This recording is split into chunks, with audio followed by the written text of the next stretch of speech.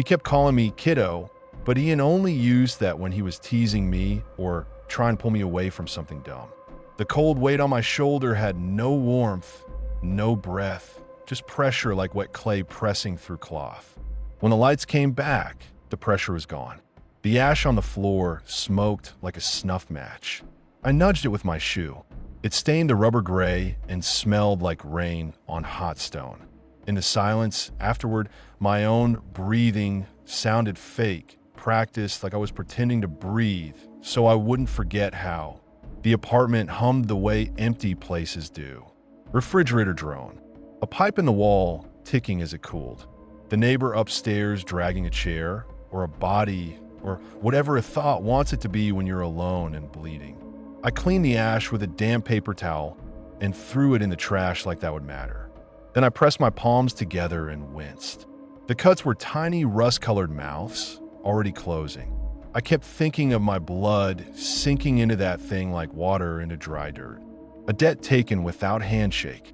I left the bedroom door open. Jokes about monsters get quieter when doors are open. I sat on the floor with a box of Ian's photos and pretended to sort them while my ears waited for my dead brother to talk again. He didn't. There were 3 pictures in a row of us eating a cake with a plastic dinosaur on it.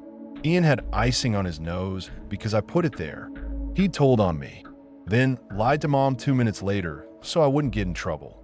That was Ian, violent honesty until it hurt someone. The RAZR, that stone thing, had said we had to find his body. The phrasing, the hitch, my, played back in my head like a skipped lyric. The funeral home had the body. Cremation was scheduled for Saturday. Today was Wednesday. 3 days. 3 days felt like an hour if something else wanted those minutes. I should have slept. I should have called our parents. I should have burned the whole building down and sifted for bones. Instead, I made coffee in Ian's chipped French press and watched the brown swirl like a storm scene from space. The mug burned my lip. I barely tasted it. That old panic-ready part of my brain, the part that kept me from running into traffic when I was a kid, lined up bad options like brochures on a desk. Do nothing. Do everything. Dig him up. Steal him. Pray. I found a note under a ceramic dish of loose screws and washers on the desk. The place where you put stupid things you swear you'll fix. The paper was yellow like a sticky note, but not sticky. When I lifted it, the dry glue made a sound like peeling skin after a sunburn. The handwriting was Ian's, the lazy slant and the aggressive dots over his eyes. He'd written a title and underlined it twice. Operational notes for phone, if found by Chris. He said, the cheap office chair pads farted air out the seams. Rule 1. If it asks to recharge, your blood is acceptable. Not the only way, but the fastest. Do not use anyone else's blood, even if they offer. It will skew the channel. Rule 2. Never answer an incoming call after midnight. Text, don't call. The voice can mimic. If you have to pick up, count to 8 before speaking. If it repeats your name before you speak, hang up. Rule 3. Keep a light source on your person that is not electric. Candle, store matches, a magnesium bar. Electric light behaves like water around oil. Things slip through it if they want. Rule 4. If you hear tapping from inside the phone, don't tap back. It's not me. I learned that the hard way. Sorry about the bathroom mirror. Rule 5. If you must meet me where we were made family. Not where we said goodbye. 2 had that weird, arbitrary flavor that didn't make sense until you want them to. The one about the light felt obvious and harmless. Keep a light on you, yeah sure, Boy Scout shit. The deceptively safe one, which meant it was the knife hiding under the napkin. The bathroom mirror comment had a brown water stain under it like the paper had sweated. There was no incident report attached. No explanation. Just that offhand sorry that meant my brother had met the edge of something and leaned into it long enough to get burned. I read the list again and again until my brain started inserting dumb jokes. Skew the channel, like the phone was a radio and blood was the dial. I couldn't shake the feeling that Ian hadn't written a rule book so much as the minutes from a war meeting where he'd been the only guy in attendance. I pocketed the note and packed one box with photos and a hoodie I could still smell them on. I locked up and carried the box to my car, elbows aching from gripping too hard. Night had poured itself into the city. The streetlights looked fine, still there, thank God, but my car's dome light flickered like a nervous eyelid. When I turned the key, the radio came on and immediately died, then came back in German. I never listened to the radio. I drove with the radio off and both hands at 10 and 2. Every time brake lights flowered ahead of me, my palms throbbed. On the expressway, a billboard flashed an ad for a hospital. Some kid in a cape, be brave, and the lights on it glitched. The cape flashed teeth. Then it was just a cape again. You can say I was tired. You can say grief makes you see things. I'm not telling you what to say. I'm trying to talk fast before it hears me. I got to my place a little before 1. The stairwell smelled like dust and takeout. I kept expecting someone to be waiting on the second floor landing, not because I thought that would happen, but because no one ever is, and one day that habit of expecting will save my life.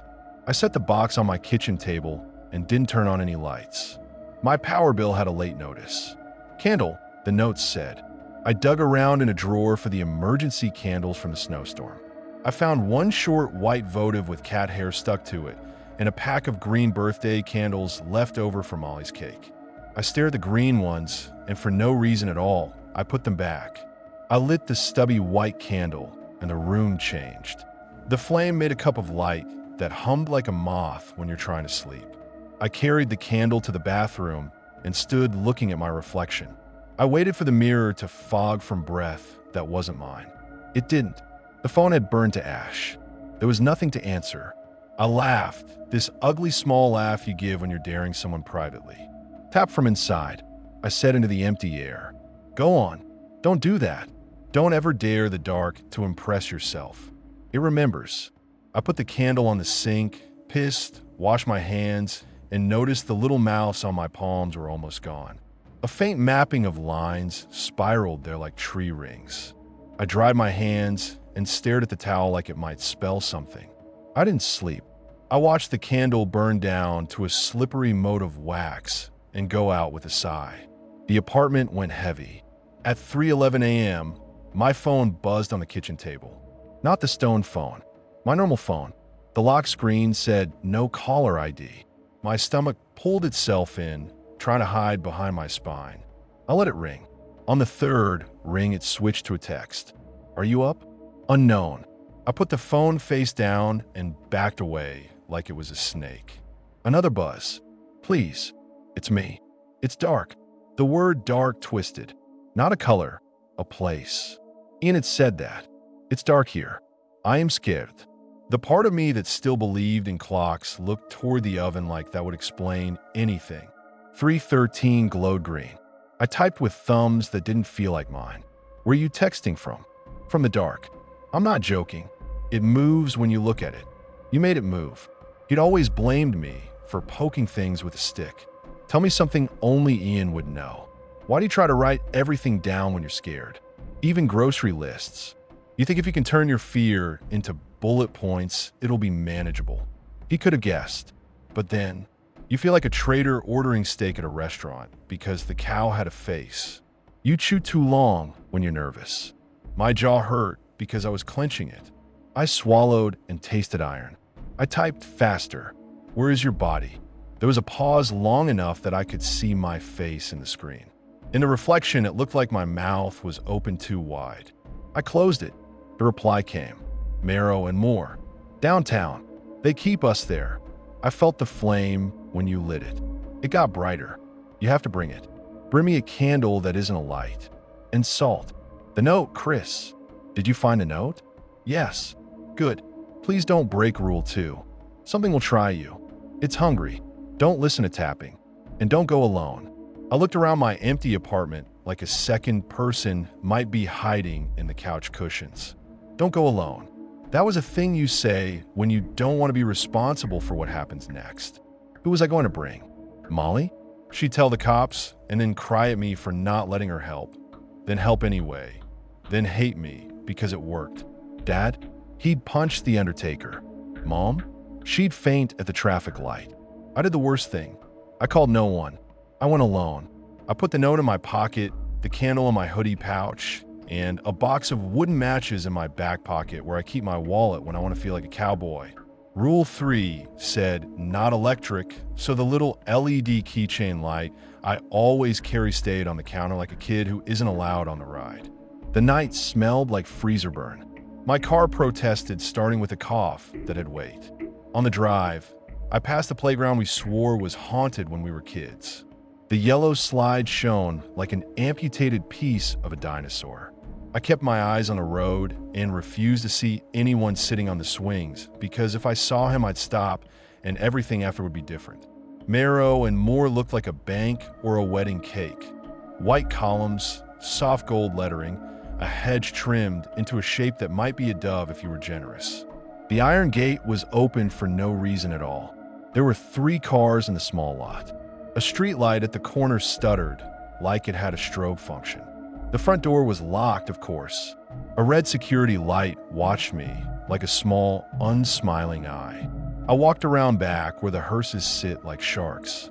A man in scrubs smoked by a delivery door, eyes on his phone, his lighter flame reflecting in the glass like a second star. "Hey," I said, like I worked there and forgot my badge. "Night shift."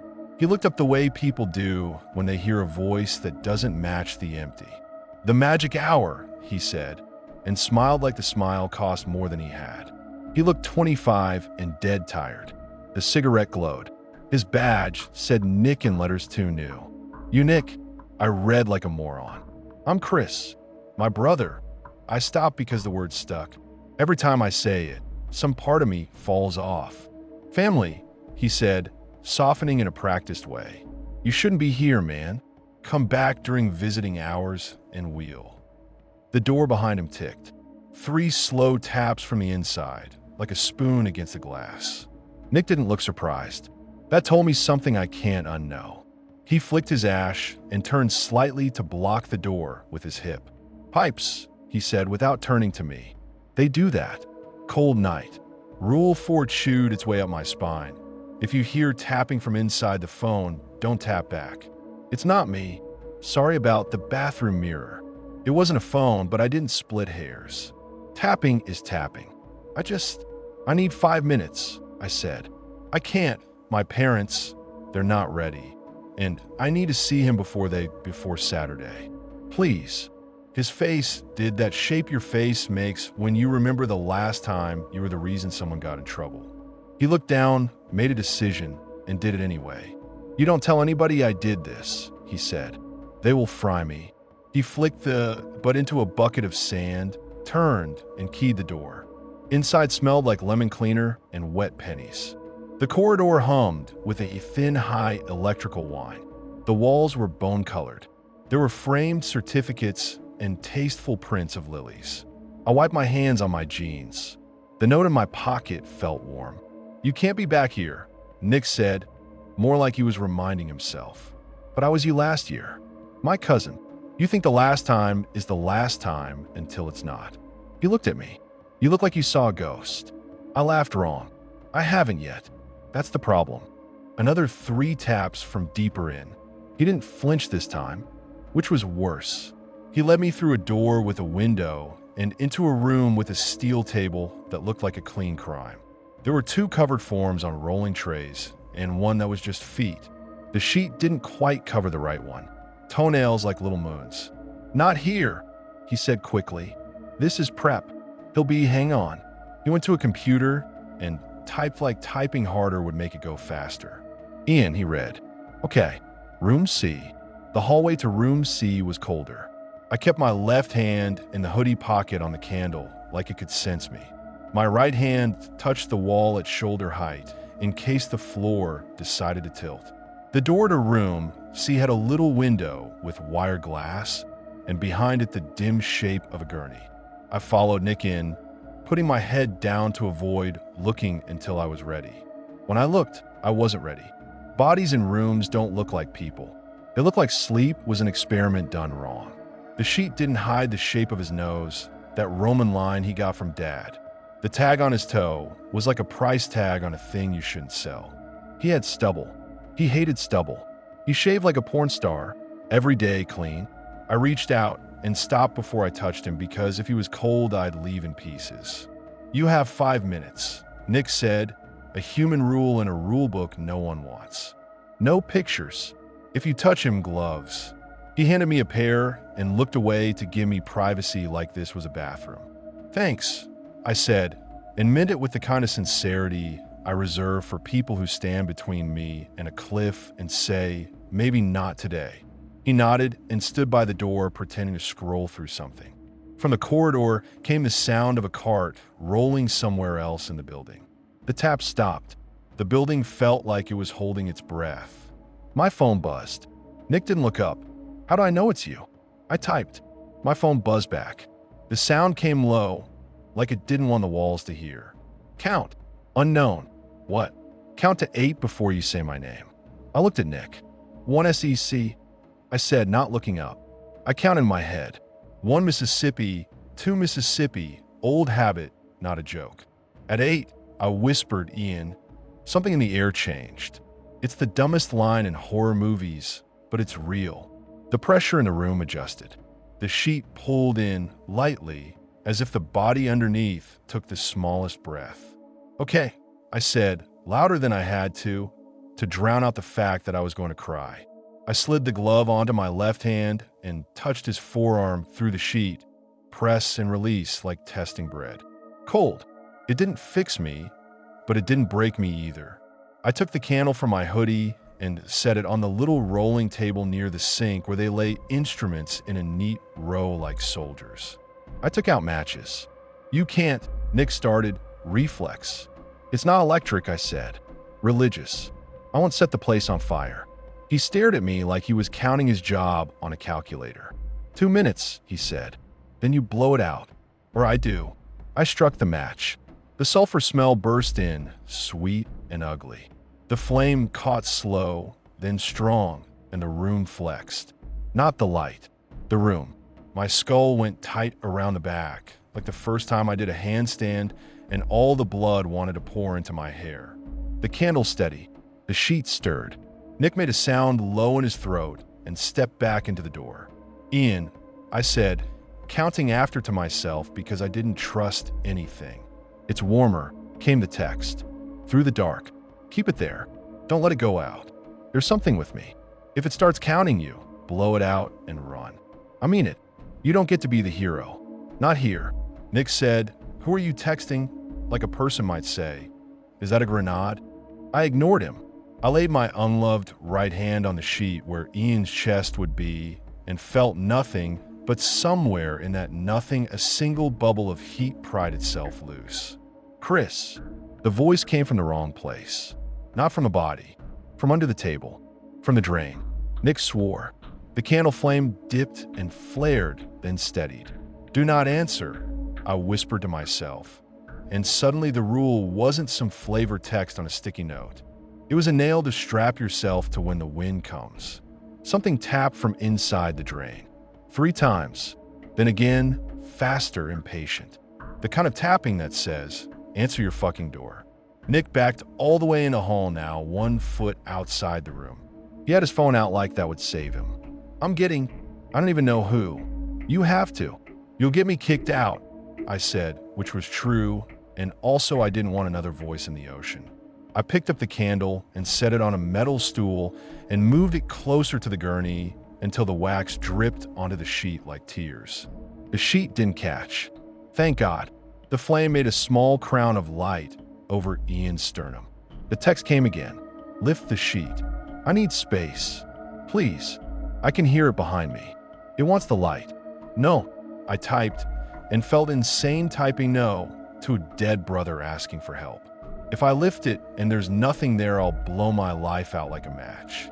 If I lift it and there is something there, I won't have a life to blow. "Please, count first." I counted. At 8, I slid my fingers under the sheet and lifted to mid-torso, just enough to make a tent. The air under the sheet was wrong. It was colder and warmer, like a car with the AC on and the seat warmer accidentally heated. It smelled like pennies and wet soap. Ian's chest was gray, bruised gray. A mark small as a thumbprint sat under his collarbone where his college girlfriend used to bite him and giggle. The mark was not a bruise. It was a circle of lighter skin, as if someone had pressed a coin there for a long time. The candle flickered. The little mark darkened. Not like ink, like it opened. A mouth without lips. This is where you look away. I didn't. The mouth, not mouth, breathed out, and the candle's flame bent toward it like a person listening. "Fuck," Nick said from the hall, which is what you say when you see a magic trick you hate. In the drain, the tapping became a scraping. Nails over metal. The drain cover rattled once like a hand from underneath tested whether it was screwed down. It was. The text, "That's not me. It can smell you. Put salt around my bed." You brought salt, right? Salt. I had not brought salt. I had thought about it, nodded like a man, and left it sitting in my kitchen in a box that promised iodized health. No. A pause. The drain squealed softly like a laugh. "Okay," the text said. "Then light only. Don't speak if it says your name. Keep the candle over the..." Not the mouth. There is no mouth. We don't say that. Over the mark. Count to 8 for everything. If it tells you to count faster, slow down. If it tells you your name, forget you have one. When it gets bored, you can help me stand. "Stand," Nick said, hearing something in my eyes. "No, nah, Mun. Absolutely not. I'm going to get Ms. Moore. She will." "Don't," I said. The word came out sharp as a paper slice. "Please, if you call anyone, they come in here without counting, without a candle, and I put their death on my shelf next to all my other shit. Just give me 60 seconds." He swallowed. He measured the person that was against the policies he'd been handed on day one. He closed the door. He didn't lock it. I loved him for that gentleness. I leaned over the gurney, the candle warming my knuckles, the wax potting on my skin little white pearls. Under the sheet, the circle of skin pulsed. The air above it withered with heat, the way a mirage floats on a highway in August. In the reflection of the candle glass, my face looked wrong again. Like Mom's. Like somebody who'd cried in a car and then lied about it at dinner. "Chris," a voice said, not from the drain now. From someplace so close it might have been inside my ear. "Kiddo, you did good. I counted." The voice laughed, trying on my patience like a suit. At 6 it said, "That night at the lake." At 7 it said, "Your breath smelled like mint and guilt." At 8 I said, "Shut up," and lowered the candle. The flame kissed the circle. The circle hissed and closed like a muscle. A smell like burned milk filled the room, soft and disgusting. The drain stopped. The room exhaled. The overhead light, cheap fluorescent, stopped its faint tick. Suddenly I realized it had been ticking. You don't notice things until they stop. If you're lucky. The text came, "Good. Now help me up." I slid both hands under the sheet to Ian's back and shoulder like you do when someone falls asleep on the couch and you're trying to carry them to bed without waking them. The cold made my wrists feel hollow. I lifted. The body moved with the dead weight you read about. The burned milk smell got stronger. Nick made a sound behind the door that meant he wasn't alone with his choices. I couldn't see him, but I could picture him with one hand on the doorknob and the other on his phone, texting a girlfriend he'd lied to about this later. The weight shifted. For a second, it felt like someone pushed up from underneath my hands. Not enough to stand. A practice push, a child trying its legs. The candle on the stool guttered. I grabbed it and held it high with my chin tucked, both arms under my brother, my face near the sheet. This would be the part where a hairless hand shoots up and grabs my throat in a movie. It didn't. That felt worse. Something knocked from the hall. Not tapping. A single knock. Polite like a neighbor with a package. "Mr. Hanover?" A woman's voice. Professional concern applied like lipstick. "Everything okay in there?" She didn't turn the knob. She wasn't stupid. "Fine," I said at 7, and then at 8. "Give me 1 minute. Policy says. Policy can kiss me." I said at 8 again, so the rhythm stayed. She didn't laugh. "I'll be back with security," she said. The way a person says with God when they mean with men. "Hurry," the text said. "We're at the door. I can't hold it if she opens it without a light." Okay, I said. Okay. I adjusted the candle, cradled it in my elbow like a baby, and pushed Ian up into a sitting position. His head lolled. His chin made a soft click against his collarbone. His mouth, no, the idea of mouth, parted. I pressed my gloved thumb to his lips and felt the absence of breath like a negative number. This is where you wanted to tell you. I saw his eyes open and it was good. That's not what happened. What happened is his eyes opened and they were full of water like he'd been underwater a very long time. And that water drained. And when it was gone, he blinked like a new kind of animal. Light, he said, not in the double voice. In the voice he used to ask me to move so he could change the channel. I held the candle up. The woman in the hall knocked again. Sir, I didn't answer. I counted. At 8, I said, don't come in. She did anyway. Of course she did. That's not a judgment. If your job is keeping the living and the dead from bumping into each other, and you hear a voice you don't like under a voice you recognize, you walk into the dark and you hope you're big enough. The door swung and the hallway light came in like a blade. The candle didn't care. The room didn't either. The overhead light flickered. The flame burned steady. The woman, Ms. Moore, I assumed, the Moore in the name, was in her 50s with hair shellacked into a helmet and eyes like hard candy. She took in the scene without opening her mouth. Me, the gurney, the candle, the sheet askew. Nick behind her trying to be smaller. Sir, you need to leave, she said, but her voice broke once in the middle, like a shoe on ice. 30 seconds, I said. You can watch me leave. I didn't know what verb to use. This. She has a person's face. She can tell when a man is negotiating with something he can't afford. She glanced at the candle. She glanced at the drain. Her jaw worked. She said, 40, and folded her arms so her hands wouldn't shake. I stood my brother up. His legs remembered gravity. He swayed like a candle does in a draft. The circle under his collarbone was no longer an open door. It was a scar. A quoi impression fadine. The phone ash, the weight of it lived in that coin. I tucked the sheet around him and realized I was dressing him for weather. Stupid, small gesture. That's how you know you're still in the body. They say your name and you straighten the blanket. He made a sound, a catch, like a man about to confess. Chris, he said. I counted. At 8, I said, yeah. It's behind her. Don't turn around when someone tells you that. If you don't turn, it's real.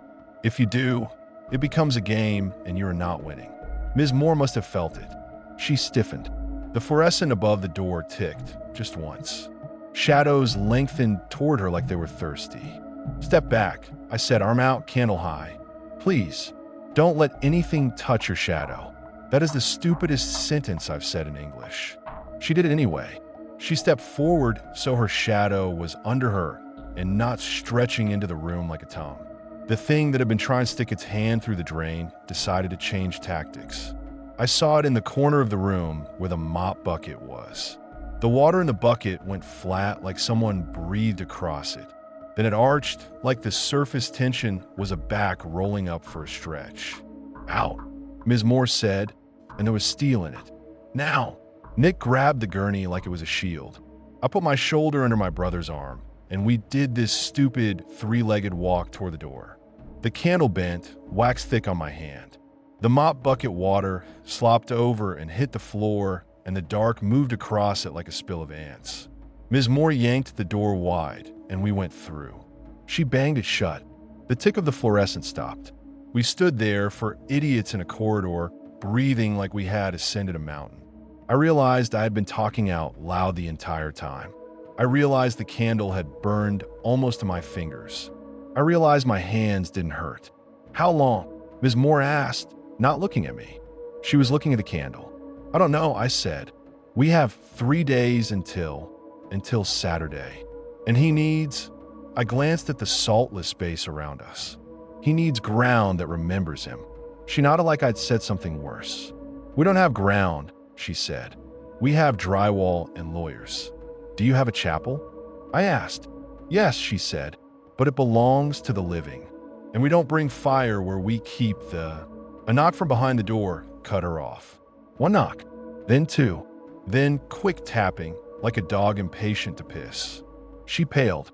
"Okay," she said. "Okay. Nick, get the emergency candles." "Yes, those. From the drawers in the parlors.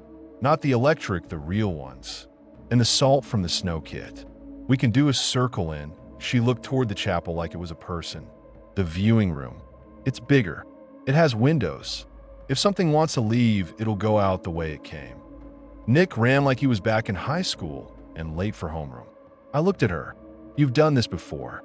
She ignored that. "Hold him," she said. "Keep the light on the mark. Don't let it talk you into turning the candle. Don't let it count for you." We moved. Ian made sound like sleep talking. I kept wanting to tell him a joke to cut the string, but jokes are bait in the dark. He saved me, nah. The viewing room looked like a tasteful living room from a catalog that got a contract with a church.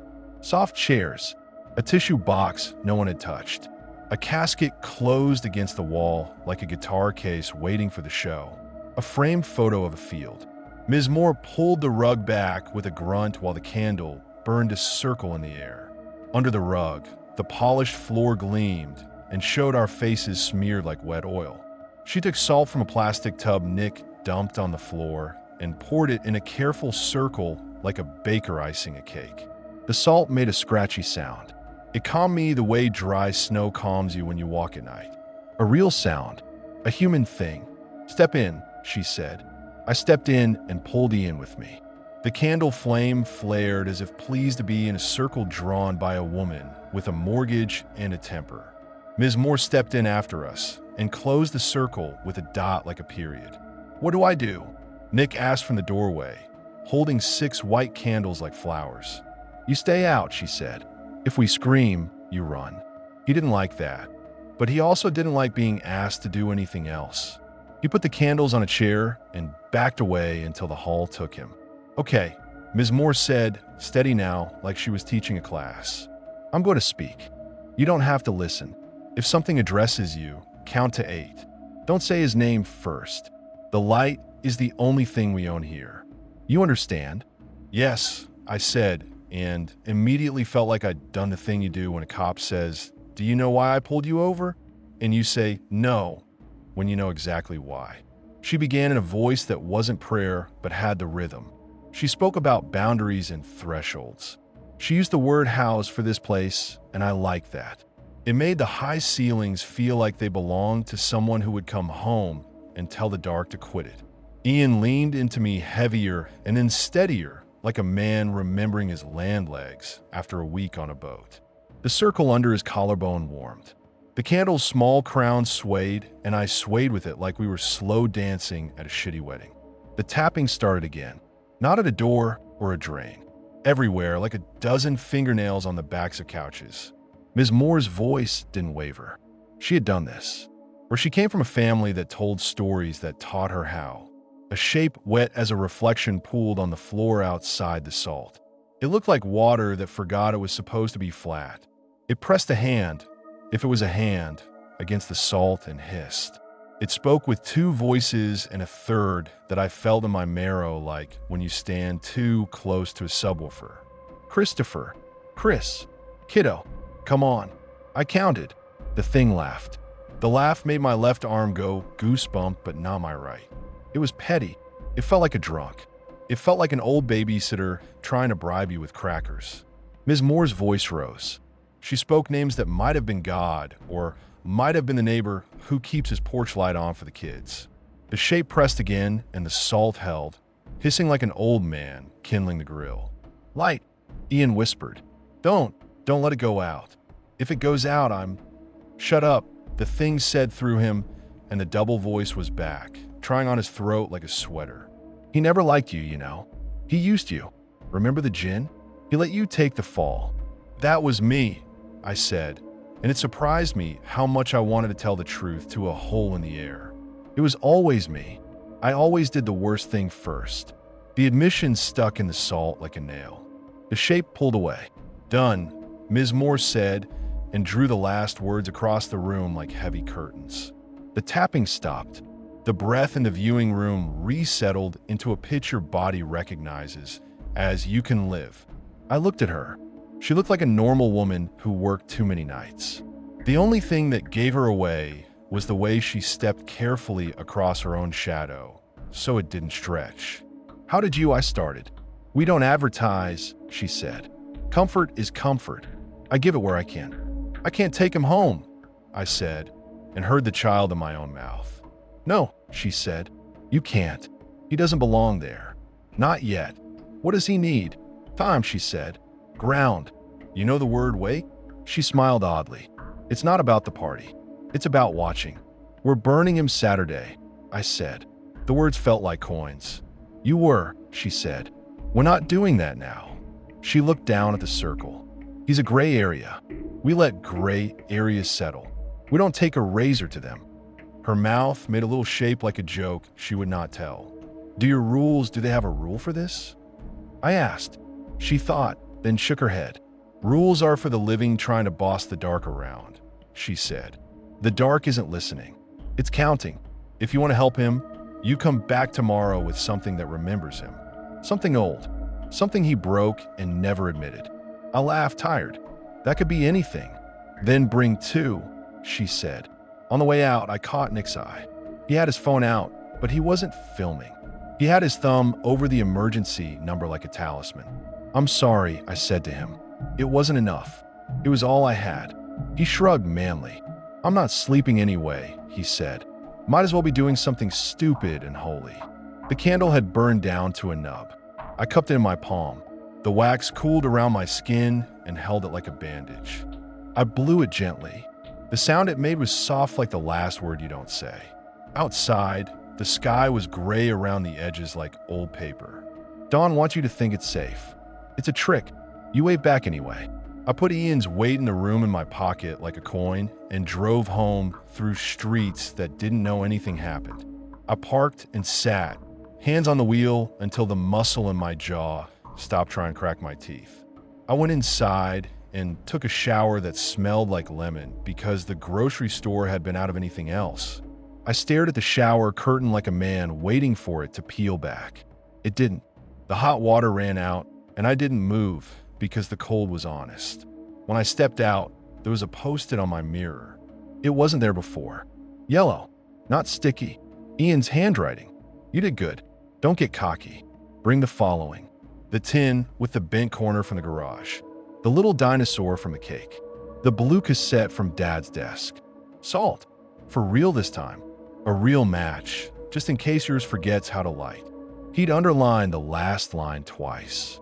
The dinosaur. Of course he remembered. I knew where the tin was, the garage of my parents' place. 2 hours away. The cassette, I didn't know. Dad's desk drawer had been a grave of batteries and unpaid tickets. Blue cassette. Blue. He'd never used a tape deck in his truck because he said it ate tapes. He kept his good ones in the house. I called Mom. It rang once and went to voicemail. The recorded voice sounded like someone doing an impression of my mother. She never answered the phone on the first buzz. She said answering anything instantly taught people you'd tolerate their emergencies. I hung up and texted her, "Coming by. Need some of Ian's stuff. Do not let the funeral home cremate. Tell Dad not to call anyone. Love you." It looked insane. I sent it. Molly called me.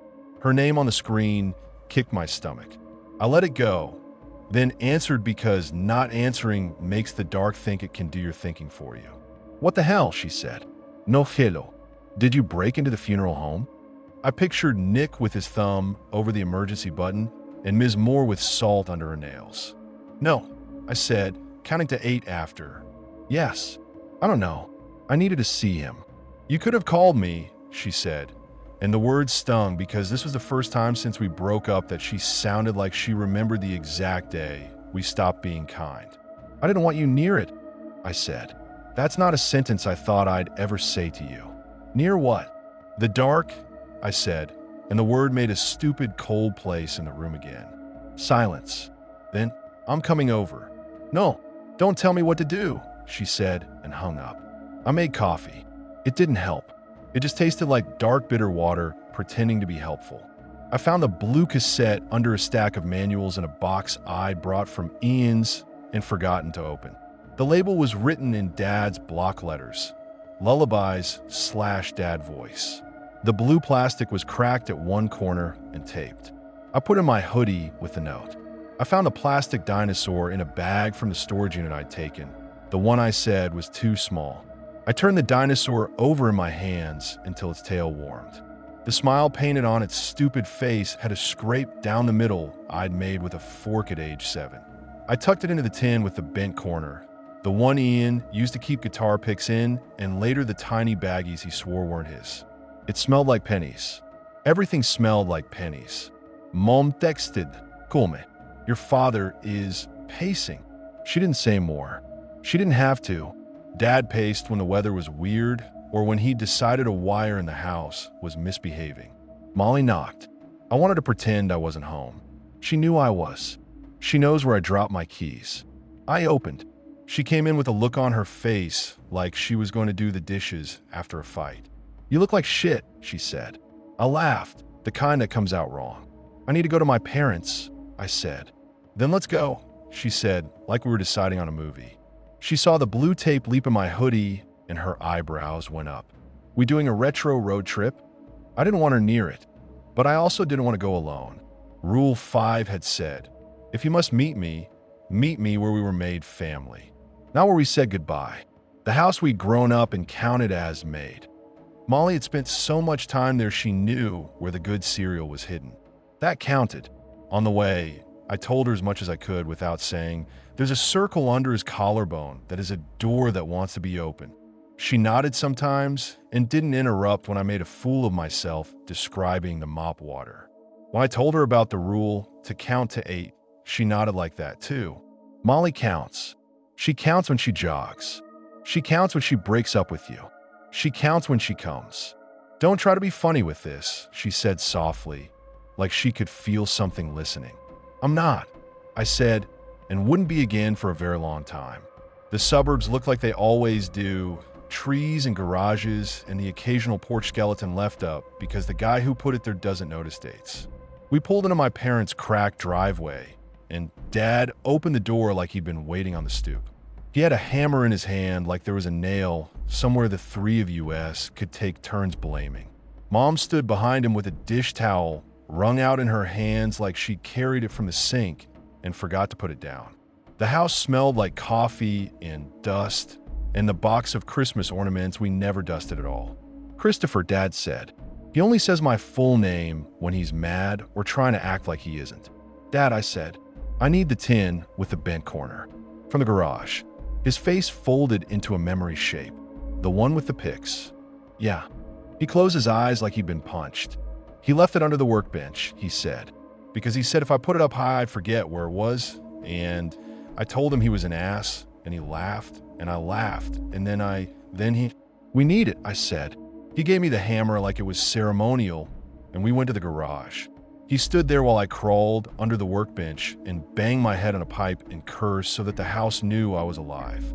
I found the tin, the bent corner cutting my palm as if it was happy to see me. I blew the dust and watched the shape of my breath in the sunbeam and felt human again for a second. Back inside, Mom put a hand on my cheek like I was 10 and feverish. "What are you doing?" she asked. Not unkind, curious. The kind of curiosity you face when the person you love is building a raft in the kitchen. He asked me to bring him things that remember him, I said. She didn't ask who he was. She has held me while I had the flu. She has carried my vomit in her hands. She has already believed worse things. Dad sat. He never sits when he's mad. He sits when he's tired. Are we? He stopped, a sentence falling apart in his lap. We're not burning him Saturday, I said. Not yet. Good, he said. One word like a Ford. He looked at the blue cassette in my hoodie and reached. He touched it with his thumb and made the face a man makes when he sees his own handwriting from a decade ago. You hated singing, I said, trying to smile. You said you sounded like a vacuum cleaner dying. He smiled small. He liked it anyway, he said gently.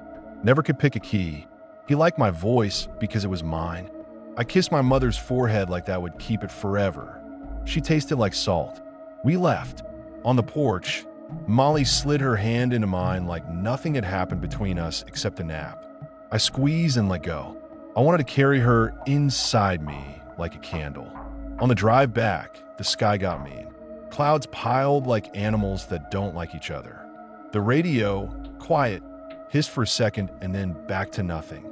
At a red light, a kid in a hoodie ran across with a skateboard and hopped a curb, and for a second, I wanted to be him so hard, I felt my own bones creak. Then the light turned green, and I realized I'd been counting. We got to Marrow and More with 2 bags of salt from Dad's shed and a plastic dinosaur and a cracked tape made by a man who tried to sing. Ms. Moore let us in with a look that would have stopped a model train. "You brought help," she said to me, making it a sentence instead of a question. She brought herself, I said, because bravado is easier than gratitude when you're scared. In a viewing room, the circle of salt remained like a chalk outline.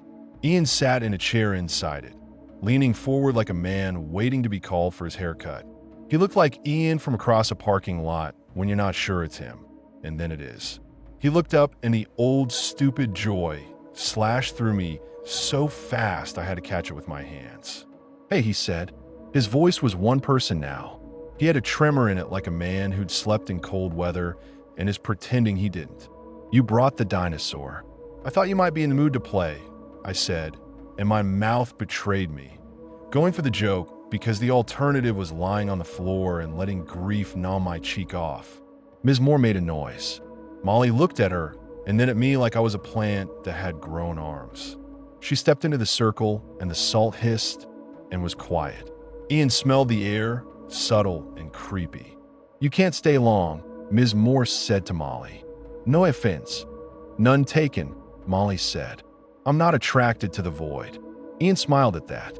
The room warmed one notch. He touched the dinosaur and the little scrape my fork made when I was 7 glinted. He moved the toy in his hand, and the click-click of plastic on his palm sounded like a real sound in a real room, and I almost fell down. "We need the rules," I said, holding up the note. "Again, say them, so I don't make them up in my head later."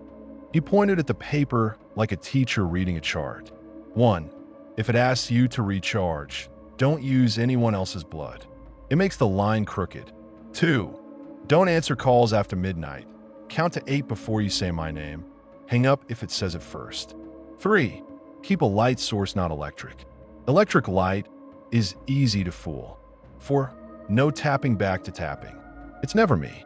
5. If we meet, it's where we were made family, not where we said goodbye. Molly frowned. "What's made family? Blood and cake and fights you never resolved," he said. "The good stuff, not the service where people lie about what you loved." "Who wrote these?" Ms. Moore asked quietly. She knew the answer. "Me," he said, and his face changed. The stupid fondness left it for a second, and something older, harder looked through, and something else. "It's not the author. It likes to annotate."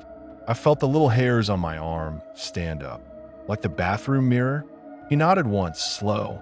It passed its fingers over the back and left lines you can feel if you close your eyes. We didn't speak for a minute. The silence sat on the floor with us. Molly held the blue cassette in her hand like a gift. "Can I play it?" she asked Ms. Moore. "In here," Ms. Moore said, surprised at herself. "We keep a player for older families." She went to a cabinet and pulled out a rectangular tape player that looked like it had been new when I thought hair gel made you hot. She clicked it open, placed the cassette, and hit play. Dad's voice filled the room. Not like a stereo, like a man at the foot of your bed at 3 a.m. singing to keep you from nightmares. His voice was awful. I cried in a way that embarrassed me even as it freed my lungs. Molly's mouth trembled like she was about to cave, but she kept herself like she always had. The thing in the hall tapped once like an insult. It didn't like the song. That alone made me want to play it until the tape melted. Ian closed his eyes. "That's better," he said. It was buzzing like a dentist. It's like laying down on the couch after shoveling snow. I looked at his hands. They were Ian's. Scars from climbing the chain-link fence by the old laundromat. A crooked finger from punching a wall and pretending he fell. There were new lines in his palms like my own. Tree rings. I matched the pattern with my eyes and realized they were the same. My blood had mapped him. That shook me in a place I didn't know I had. "What now?" Molly asked. She always moved us forward when we wanted to lay in the snow and look at the sky until we froze. "Now we wait," Ms. Morse said. "We keep watch. We keep the light where it belongs. We don't get clever." She looked at me. "That one is for you," she said. "I can do that," I lied. We kept a vigil. We took turns with the candle and the matches. We drank coffee that tasted like what it was. We spoke low. We didn't let the dark talk louder than us.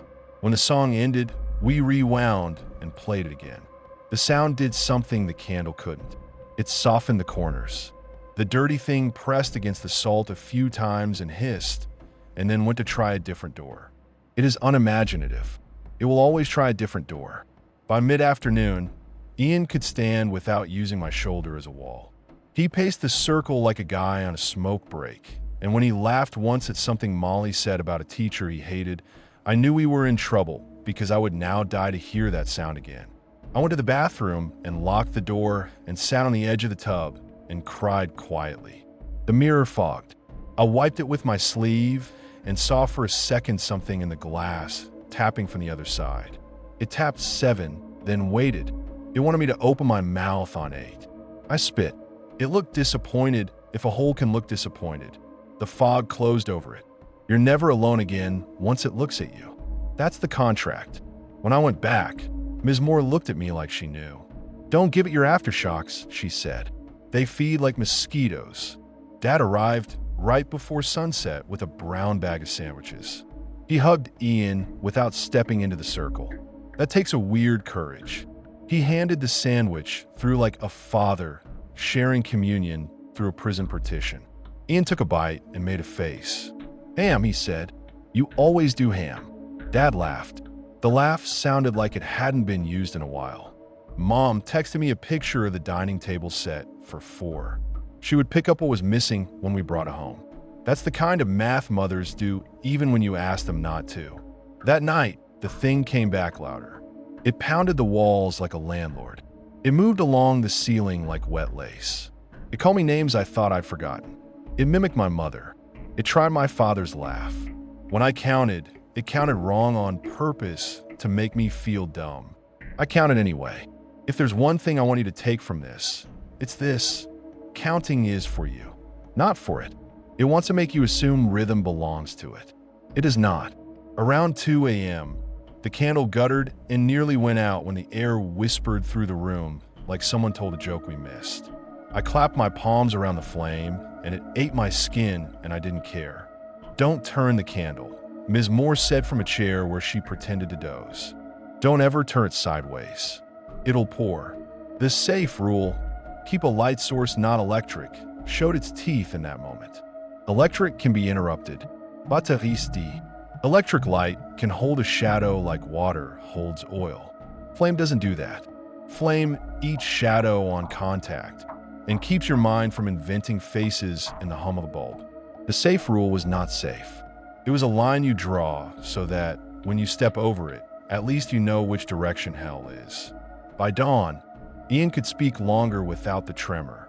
He asked for the tape to be played lower so he could think. He looked at Molly, and his face did a calculation and backed away from it, polite. He looked at me like I had done something brave.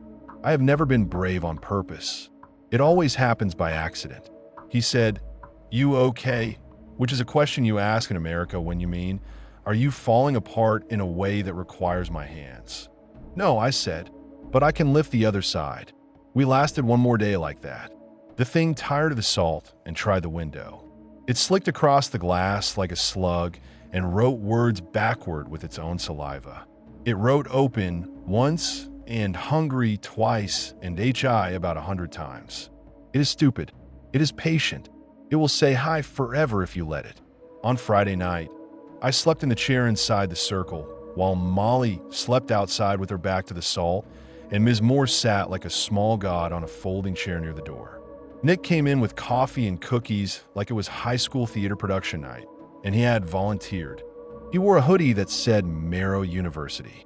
He made a joke about brand synergy and then apologized and then shrugged because the alternative was crying. Something woke me. The candle hadn't died, but the flame had gone blue at the core, like a gas stove. The hair on my arms lifted. Ian was sitting upright, head tilted, listening to something I couldn't hear. I opened my mouth to speak, and the room said, "Don't." Not Ms. Moore. Not the thing. The room. So I didn't. Sometimes you do what the house says. I listened. A vibration, faint, like a phone on a countertop in the other room. It pulsed. It made my fillings ache. It wanted me to pick up. It wanted to make my voice say my name faster than 8. The ash of the phone. It must have remembered me. Or the line we had made between my palms had whistled in the dark and drawn a moth. The blue candle core moved like a throat clearing. Ian said, "Do not answer anything, no matter what you hear for the next minute." We counted together. 8 times, slow and brutal. On the 8th, the vibration stopped like a hand was withdrawn from under a door. The room relaxed. "It's angry," he said, small. "It doesn't like that we made a little place nice. You want to go home tomorrow?" I asked, joking. It didn't land. "Not yet," he said. "If we move too soon, it comes with. It packs itself in our bags like a kid." Saturday, Ms. Moore said from her chair. "We don't cremate Saturday. We take the body's name off the list. We tell the lawyer we need more time to think about urns. We blame ourselves. They always let you blame yourself. The second day is when you think the third day will be fine. That's the mistake. On the third day, everybody is tired and someone says something stupid. We were the someone. At noon Saturday, my mother arrived with a plastic bag of things that smelled like our house under my bed, dust and denim and the gum wrappers I hid for myself. She had a small plant, too, the pot hose from the kitchen that survives everything because it likes suffering. "For the corner," she said. "Plants like to watch." We placed it on a chair just outside the salt. It looked offended. We laughed, and the dark pressed him like a man who thinks laughing at his joke means you want to go home with him. Dad arrived later with a shirt for Ian that Ian had always refused to wear. "I'm not your garden party," he said once. Dad brought anyway. He looked at the circle and said, "I'm tired." He said like he was telling me he ate gas station sushi on purpose. I hugged him carefully so I didn't get salt on his jacket. We were almost done. The tape had played so many times it warbled. The candle wax had made a wax castle around the brass holder Ms. Moore had found in a closet full of old crosses and cloths. The thing at the window had gotten bored and dragged itself down the glass with a squeal that made the back of my teeth feel loose. We were almost done. Then the door to the viewing room opened without the knob turning. The air went tight. The candle leaned but didn't go out. Ms. Moore stood. Nick dropped a cookie and stepped on it accidentally and looked at me like he had killed a bird. I turned. The person in the doorway was me. No, not me. Close. Too tall. Teeth a little wrong. The way it stood was a man who can't be bored because he is nothing else. It smiled a lazy smile. "You kids done?" it said in Ian's voice layered under mine. It rolled its shoulder like it had slept funny in a smaller body. "I'm bored." Molly said, "No, because she is better than me." She counted, out loud, beautiful as a metronome. 1, 2, 3. I matched her. On 8, I said, "You're late." It grinned wider. "I'm always on time where I am." It stepped forward. The salt hissed, and the hiss wasn't enough to push it back. The floor under the salt looked wet from far away. It wasn't. The illusion of wet. The promise of slip. Ms. Moore said, very gently, "Don't do this." That's the voice you use when a toddler is about to stick a fork in a socket, and you don't want the last word they hear to be yelling. The thing tilted its head. "You had said, you will be delicious." I held the candle over the circle under Ian's collarbone. The circle didn't open. It stayed shut and hot and small. The flame bent and steadied. The thing watched me, and its head rolled slightly on its neck like a man listening to a soft song and deciding to hate it. "Come out," it said to Ian. "Let me put on your coat. I'll make it fit." "No," Ian said. His voice was his. It sounded like he did when he was 12 and Dad told him he couldn't jump off the roof into the pool, and he did anyway because he wanted to know the feeling of falling and living through it. "Go to hell," he said kindly. The thing laughed. Then it stopped like someone shoved a stick into the spokes of its laugh. It looked at the plan in the corner. It looked at the blue tape. It looked at the dinosaur. It looked at the tin. It looked at the salt. It looked at my hands. It looked at the ceiling like it was getting directions from upstairs and didn't like the bad cell reception. Then it looked at me and said, "I know who you called after you cheated." My face went full of blood. That kind of shame is chemical. It made the candle look brighter by comparison. "So," I said, "everybody calls someone after they do the worst thing first." Molly looked at me. She knew. She knew already. She leaned forward until her hair almost touched the salt. "If this is how you try to hurt people," she told the thing, "you are as stupid as he says." "Count," Ms. Morse said quietly. We did. The thing hated being made to wait. It tried to mimic Dad again. It failed and sounded like a drunk at karaoke. It put its foot to the salt and hissed louder. It could come over if it wanted. The rule about salt is not magic. It's consent. If it breaks the circle, it becomes a different agreement. It doesn't want a different agreement. It wants the one where you ask it in. "Say my name." It whispered to me. "Say it. Say it on 4. It drew the word "for" out like a sugar string. "Say it, say it, say it." The candle went blue again. Heat came off the circle like a pain. I imagined its hand on mine, guiding my mouth open like a bad kiss. I counted. At 8, I said no. It smiled but didn't like me. It liked the idea of me. That was its mistake. It miscounted people. "Okay," it said. "Okay, kid." It pointed at the circle under Ian's collarbone, and I realized its finger was wrong. It had too many knuckles. "You can keep your roommate," it said. "For now. But remember the rules," it crooned. "You made them. They'll eat you if you don't feed them. That's what rules do. They're hungry little pets." It stepped back. It put its hand on the light switch with indulgent clarity. It flipped it off. The overhead lights went out. The candle burned steady. When the lights came back on, it was gone. Not gone like it left. Gone like it was behind everything now. Ian sagged. The circle under his collarbone cooled. He blew out a breath like he hadn't had lungs for some time and was trying them on. He looked at me. In his eyes, there was my brother, and there was the edge of a cliff, and there was the first time we learned to float, and I hated the ocean for letting us live. "We're done," Ms. Morse said. She didn't sound happy. She sounded like a woman who had gotten everyone out of a cave and now would count forever in case someone was still in there. "You take him home. Not your home. Your parents. You don't sleep with the lights on. Electric light is water. Use flame low. You set a candle by his bed the way people used to for babies. You do not answer any calls, no matter what they say, no matter if the number is your own. You come back Monday and we talk about the next part." "What's the next part?" Molly asked. "No," Ms. Morse said. "We don't say it here." We left. The sky outside was honest daylight, which is to say it told the truth and daring you to ignore it. I helped Ian into the car. He sat like a person who had been told about cars and never rode in one. He buckled himself with too much carefulness, and it broke me for a second to see him mimic the living. We drove. We didn't turn on the radio. I counted. Molly counted. Dad counted in his own car behind us. We all counted in our own ways, which in a family is how prayer happens when you don't have prayers left.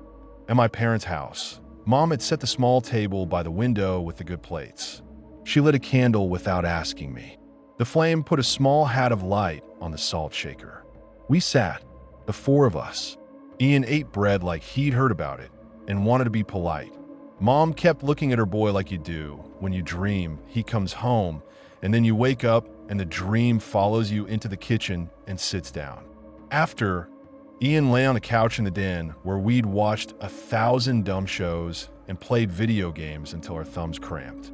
I put the candle on the coffee table and watched the wax drip. The dinosaur sat next to the remote.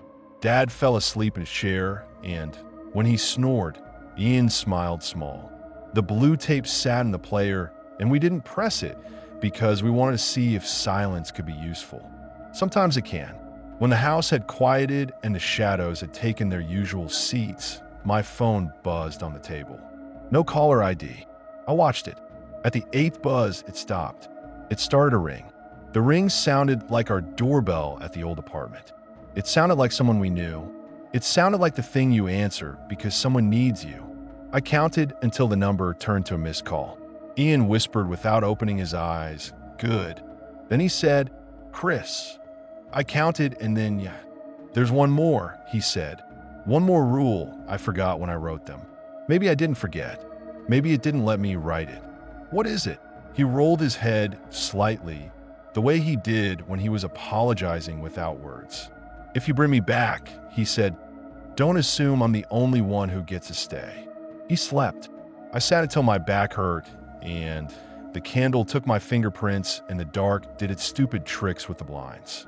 I watched the ash of the phone not there sift itself in my mind's eye and write the word HI on the inside of my skull. I watched and counted and loved the boy back into the world until loving felt like a rule I could follow. I didn't sleep so much as hover. The candle melted into a crater and glued itself to the saucer. Every time my eyelids touched my eyes, I felt the small air pressure shift the flame, and I was sure that would be the moment the dark slid its hand under the door and took one of us like a sock. The blinds were half open, and dawn washed the den in that patient, gray dishwater that makes every coffee cup look like evidence. Ian woke in little pieces, like a computer booting with old hardware. Hand flex, throat clearing, blinking too much. He lifted his arm, saw the circle scar, and scowled. "Feels like a cigarette burn," he said, voice gravel, "or a stamp someone forgot to take back." "It's closed," I said. "We keep it closed." He nodded, sleepy half-respect. Mom brought him toast, and he held it like he'd never been offered a triangle of anything. He bit. Butter and salt warmed his face. The look he made was not the hungry animal look from the viewing room. It was small gratitude. It hurt worse. Dad stayed quiet. He cleaned imaginary smudges off the coffee table with the edge of his sleeve and kept checking the front door like it owed him money. He had his old carpenter's pencil tucked over his ear as if a list might save us. In the kitchen, the pothose plant we'd moved and sagged. "Plants like to watch," Mom said. This one had seen enough and was reconsidering. The phone tried twice before breakfast. The first time, it buzzed with no caller ID, then threw up an old contact photo of me I didn't remember setting. Me with a backward cap, sunburn, grin too big to belong to a person with shame. It wasn't my phone doing that. It was the line. On the 7th buzz, the picture twisted like someone had pressed a thumb to the glass and slid it. I counted out loud and watched the missed call appear like a mercy. The second time, it rang in the exact rhythm of our old landline. I counted with my fingertips against the table. Even Mom counted under her breath, half prayer, half work habit. At 8, it went quiet. The quiet sucked and then settled. The candle flame leaned and straightened. "Don't answer any calls," Ian murmured. He had a blanket on his lap and the dinosaur in his hand like a rosary. "No matter what, even if it says it's me." "I know," I said. "We wrote the rule." He glanced at me. "We didn't write the last one. The one you told me last night?" I watched his face like I watch people at 2 in the morning when I'm scared they'll say the thing you can't come back from. He swallowed, Adam's apple bobbing as if he had swallowed something sharp and was refusing to admit it. "If you bring me back, don't assume I'm the only one who gets to stay." "Yeah," I said. "I heard you." Mom sat on the ottoman and smoothed his hair like you do when you get 1 minute with your child back and your hands insist on being useful. He let her. He closed his eyes and breathed that kick dog breath. She whispered the same lullaby Dad had butchered on the tape, miles off key, but sure in the bones of it. She only ever sang when no one else would. The den's air got warmer, not temperature warm, but the way a room warms when it admits it would like to be a house. Molly texted, "I'm outside." She knows our house code and our dog's name and the squeak in the third stair. She knows the smell of the garage and the sound the freezer makes when it defrosts. All those small knowings carry a person across thresholds no rule can block. She came in with a bag of groceries like she hadn't stopped by in months because we hadn't fallen apart enough to need her. "Salt," she said, and shook the bag like maracas. "Matches, the big ugly ones that light even if the world is wet. Also, Bread because y'all eat like squirrels when you're stressed. Ian smiled at that. Your voice is still too loud in the morning, he said, croaking affection. She flipped him off gently and wiped a tear with the back of her hand so it didn't count. We were fine until noon. Noon does that. It pretends to be neutral and then tips. Dad went to fetch more wood from the stack out back because he needed his hands to move heavy things. The back door knocked once. Not a knock. The wind. He stood there just a minute too long, holding one log like a batten, and the backyard opened its teeth. He jerked like the cold bit through his jacket. He came back impale around the mouth. Something in the fence, he said casual. Gone now. I went out after, salt in one hand, candle in the other. The fence boards were wet and dark like breath had condensed on them. There were 8 small marks on one unpainted plank. Not scratches, but little dents like someone had pressed the pointed ends of 8 nails in a tight circle. Something was learning something about us. I poured salt across the threshold and in the tracks of the back door and came back in feeling like a man who's added a padlock to a paper door. Around 3, the doorbell rang. It used our bell this time, not the landline ring. Ding. Pause. Ding. Then 3, quick like a kid in a hurry. I looked through the peephole and saw Ms. Moore holding a casserole. That detail made my throat hurt. Don't answer, Ian whispered from the den. Count. I counted. She waited. She looked right at the peephole like she knew. She set the casserole on the step and wrote on the fog glass with her finger. Count. No electric after 9. See you Monday. Then underline Monday twice, the way Ian had underlined non-electric twice on the rules. She pointed at her wrist where a watch should be and mimed breathing slowly. Her breath made a small cloud. She walked back to her car with her chin lifted like people who tell the dark to get off their lawn. We made a circle in the den with salt around the couch and coffee table and the old dumb rug with the wine, stain we never admitted to Mom. It felt like putting a seatbelt on the room. We set 4 candles at the cardinal points because if there's one thing the human brain insists on, it's giving the universe labels. After dinner, bread and soup and stories told with simple words because anything complicated starts to sound like a prayer, and I was not ready to pray. We got the blue cassette out.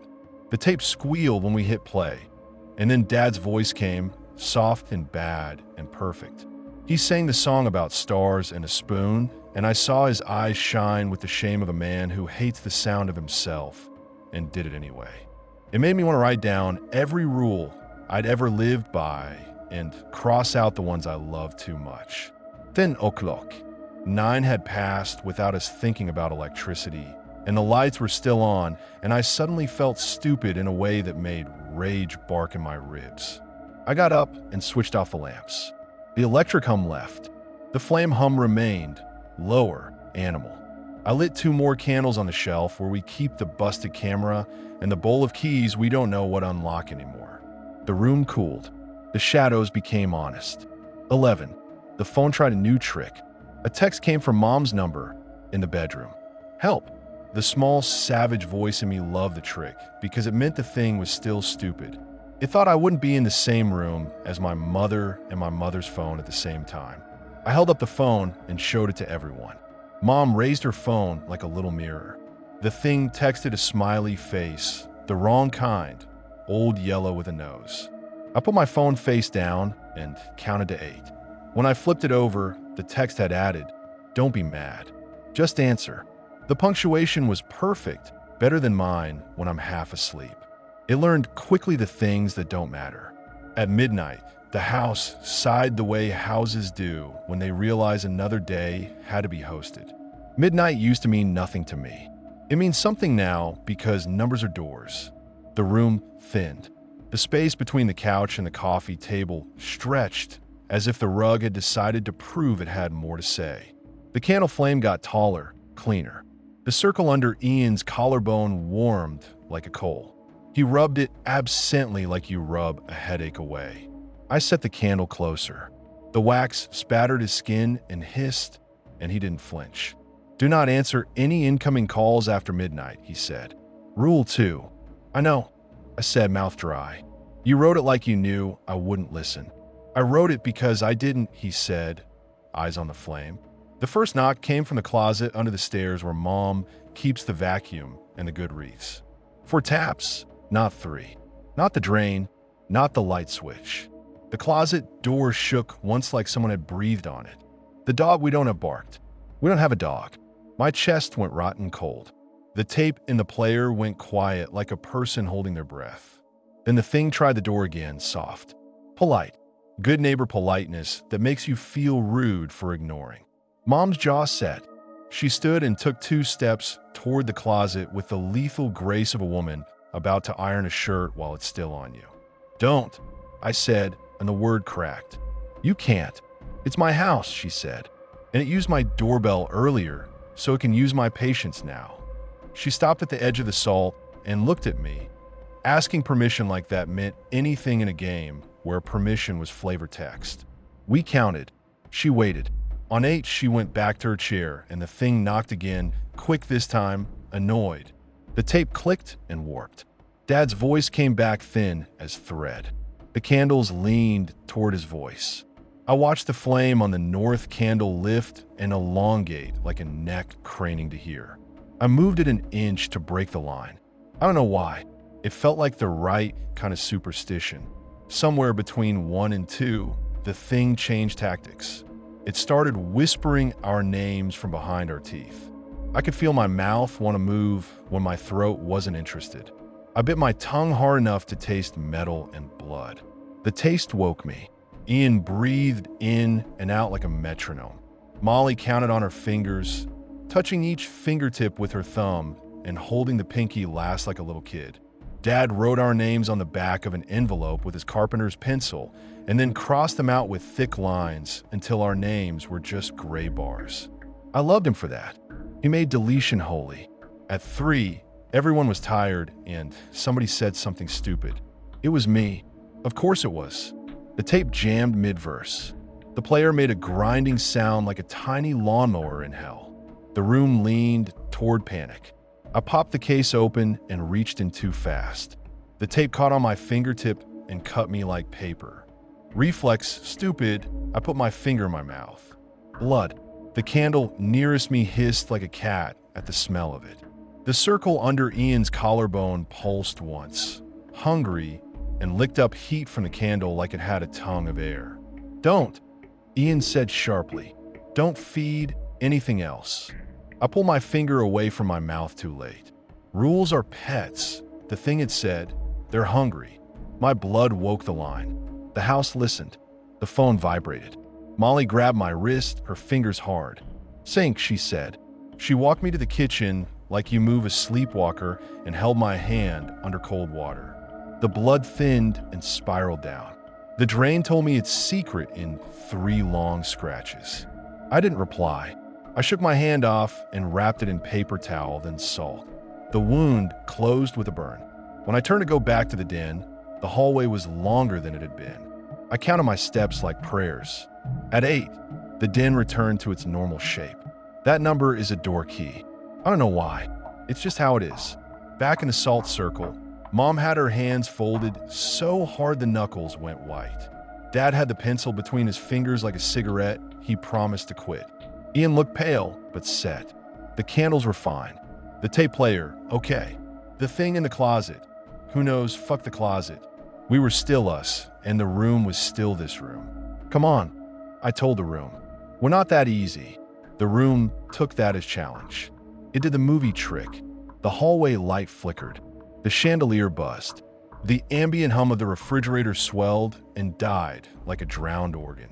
The electric went out with a pop and a sigh, and the house got country quiet. The candles jumped, then steadied.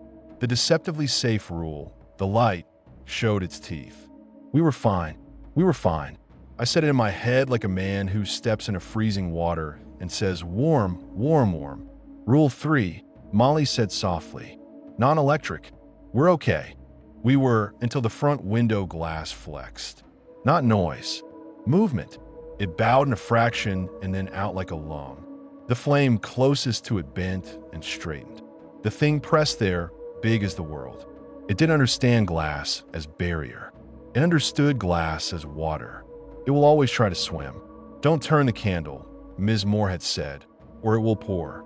I held the closest candle straight, and my hands shook and wax burned a little road onto the skin between my thumb and finger. The window glass groaned in a long throat note. Molly stood up and planted herself between the window and the salt circle like she's done her whole life when someone bigger than her tries to take a thing she loves. The thing pressed again. The glass bowed a hair. A line of cold air threaded the room and stitched itself through my shirt. Dad stood. He took the hammer from beside his chair where he'd leaned it earlier like shame. He held it like a man who knows what hammers are for. Force applied to a specific end. He wasn't going to break the window. He was going to be a person in the room when something needed a person. "I'm tired of you," he said to the thing. "You hear me? We're still here when it's light. That's all that matters. We'll still be here when it's dark. That's all that matters. There's no room for you." That old voice, father voice, clear and clumsy and holy as hell. The window stopped. The glass went back to glass. The thing pulled away in a sulk that made the chandelier tremble just to prove it could. We lasted until morning.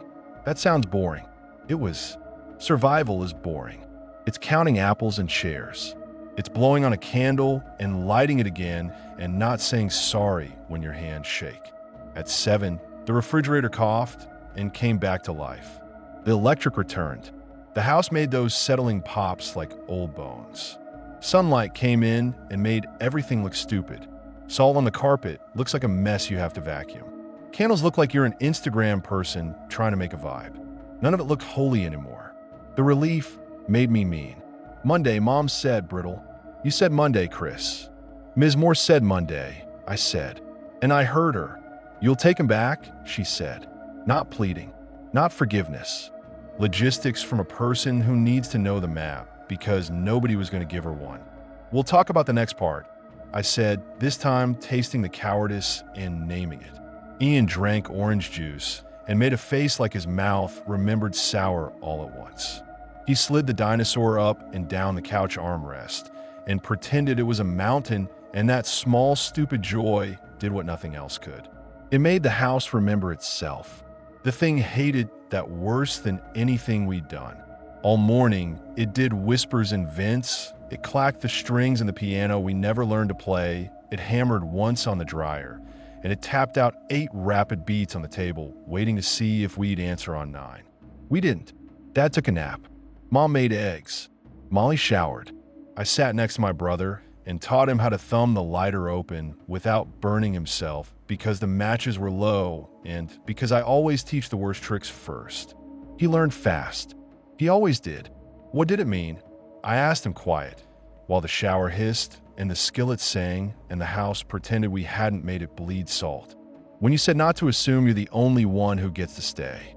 He turned the lighter over in his hand like a coin you can't read one side of. "You fed it with me," he said, patient. "The phone took your blood. The phone found me because it liked you. Lines don't care which way they run. If they open, anyone can walk. You opened. That's not blame. That's physics. Or math. Whatever. You build a bridge, and bridges go both ways." "Is it in me?" I said. My voice came from too far away.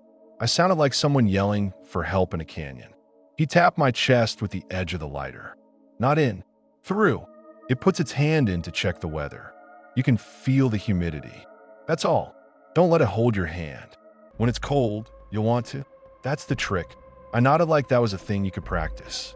He leaned back, and for a second his face was a face I hadn't seen since we were kids. He looked like he believed me. We made it to Monday.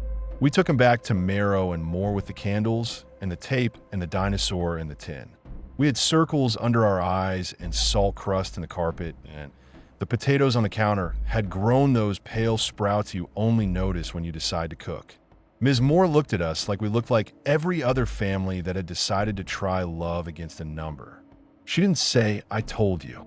That's how you know she understands. "The next part," she said in her office, which is a small room with a fake plant and a filing cabinet that probably doesn't hold the names you think it holds. "You take him somewhere that made you kin. Not church, unless your kinship was born there. Not the cemetery. Not the city office where you signed for the lease. Somewhere that took your breath and gave it back. The lake. We both said it once. The place with the yellow slide from the old playground. The first time we jumped from the dock, and our father yelled, and our mother laughed, and someone's hand missed someone's head by a foot, and you think death is a rumor for people who didn't learn to swim. You go at dusk, she said. Take a magnesium bar, not a candle. A flameless reminder is tricky. It thinks it owns tonight, but magnesium is for when you mean it. It's bright. It hurts. Light like that remembers origin. You keep in the light, and you tell the water your name 8 times. Do not let anything else say it first. There will be room for one more where you were made. Don't fill the seat without checking the hands. That sounds like you're reading the instructions off a kit we can't return, I said. She smiled. They're not instructions, she said. They're a sequence. You could do sequence. You've been doing sequence since you were kids. We drove out just before sunset. The air had that late day chill like a warning. The road to the lake was cracked and had weeds with seed heads that brushed the undercarriage and sounded like rain. The town had put a chain across the lot entrance years ago, and someone had cut it and left it. We rolled in over broken glass that flashed in the light like someone had thrown a bag of stars down and stomped them. The docket would rot like old teeth. The water smelled slow and green. The yellow slide still stood a little crooked, casting a long cartoon shadow on the sand. Somewhere a bird made a small boat of noise. Somewhere a kid had carved initials into the rail. Ours were on the 3rd post. I touched them the way you touch a headstone. The letters were shallow now, the fibers of the wood swollen around them like the lake had tried to heal the wound and couldn't. We kept a circle of salt on the sand, but not on the dock. We set the magnesium bar on a stone and didn't light it yet. We waited for the lake to earn it. The sun laid down on the water and bled red along the edges before sinking. Dusk came like a person who knows where the key is hidden. The mosquitoes arrived with their long, sour choice. I let one land on my wrist and then moved my hand out of habit. The dark arrived the way midnights do on kids' sleepovers, all at once and incomplete. Count, Molly said once, not as a rule, but as a love. We stood on the dock. Me, Ian, Molly a step back not because she was scared, but because she knows where to stand so she can pull us if we go. Dad sat on the bench with his elbows on his knees like he sat when he taught us how to tie our shoes. Mom stood with her hand in his hair because that's how she prays. I set the magnesium on the dock and scratched the striker against it. Sparks. Then the sudden hard white bloom you only understand if you've seen it. It's not pretty. It's hospital. It's sun. It burned my eyes and made the shape of my brother's shadow crisp on the wood. We spoke our names. 8 each. Simple. Not full names, because full names are powerful and you don't give gifts to things that have teeth. The lake listened. It likes strings of sound if you do them steady. On the 4th pass, something said my name from behind my left ear. Soft. Loving. The exact shape of the apology I want. I ignored it and said my name again to the water, and the water said kitchen waves on the sand.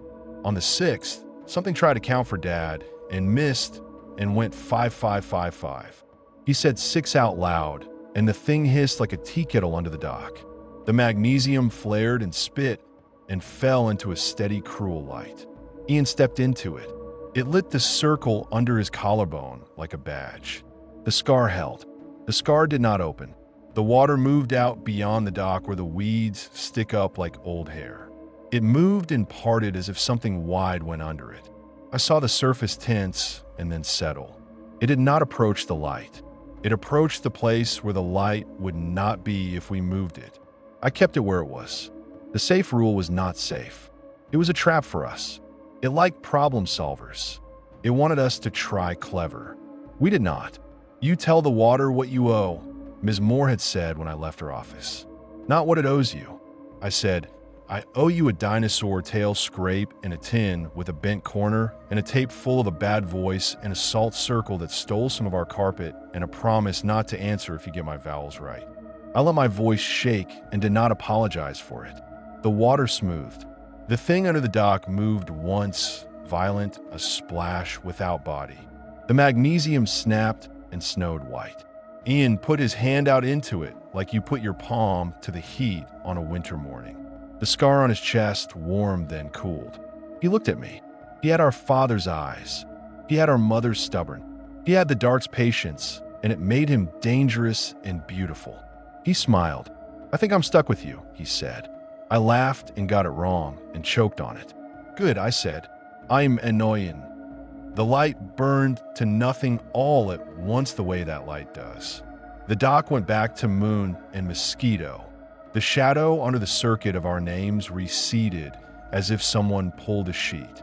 The thing tried one last time, half-hearted, a knock under the boards, a lick at the salt line, and then, bored with our repetition, it went looking for a door that didn't make it wait.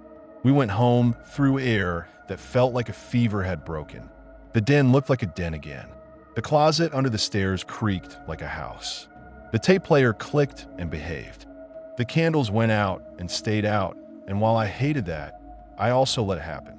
You don't keep rules as pets. You let them go back to the wild when they stop saving your life. For a week, we were a family who had almost lost a boy and didn't. We did paperwork. We smiled too big at the mailbox.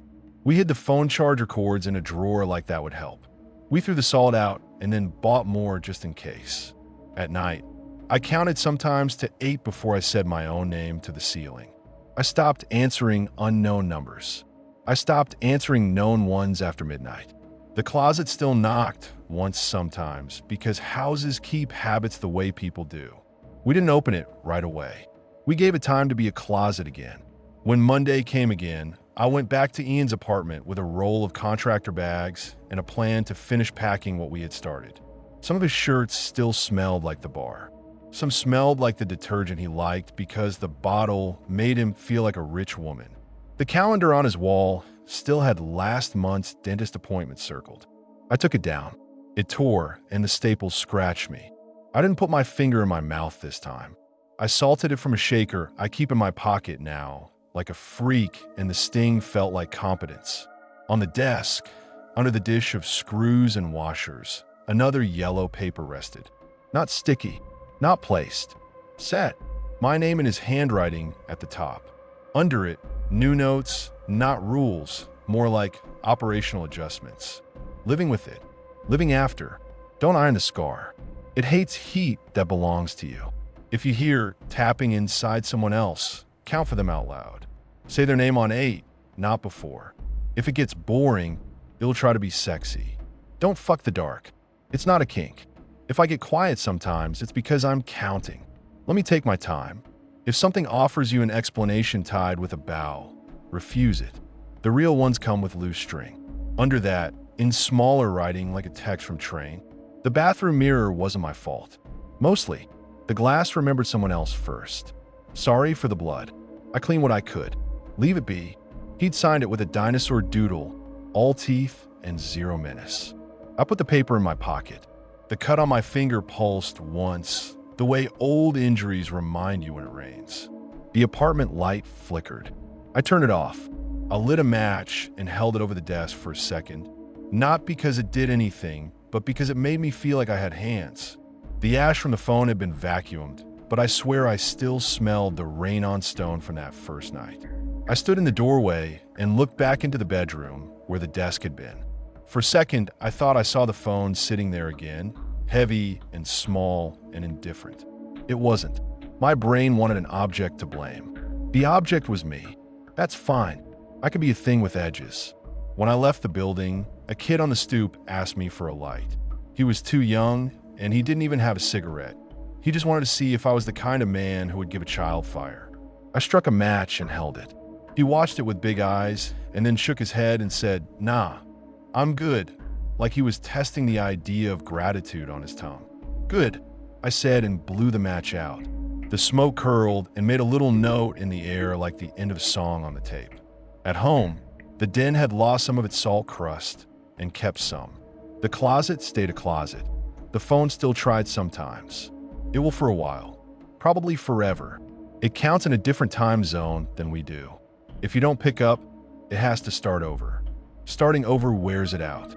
At night, My palms itch sometimes, and when it rains, the scar on Ian lights under his skin like a match head. We don't talk about it, because talking sometimes makes things louder. We watch the stupid shows. We eat. We are boring on purpose, the way a house is boring after a storm. He calls me kiddo, and sometimes it's just him, and sometimes there's the faint double, a harmonized reminder that bringing someone back is not like buying a sweater. It is like opening a door and discovering you are the door. He went to the lake twice alone and came back.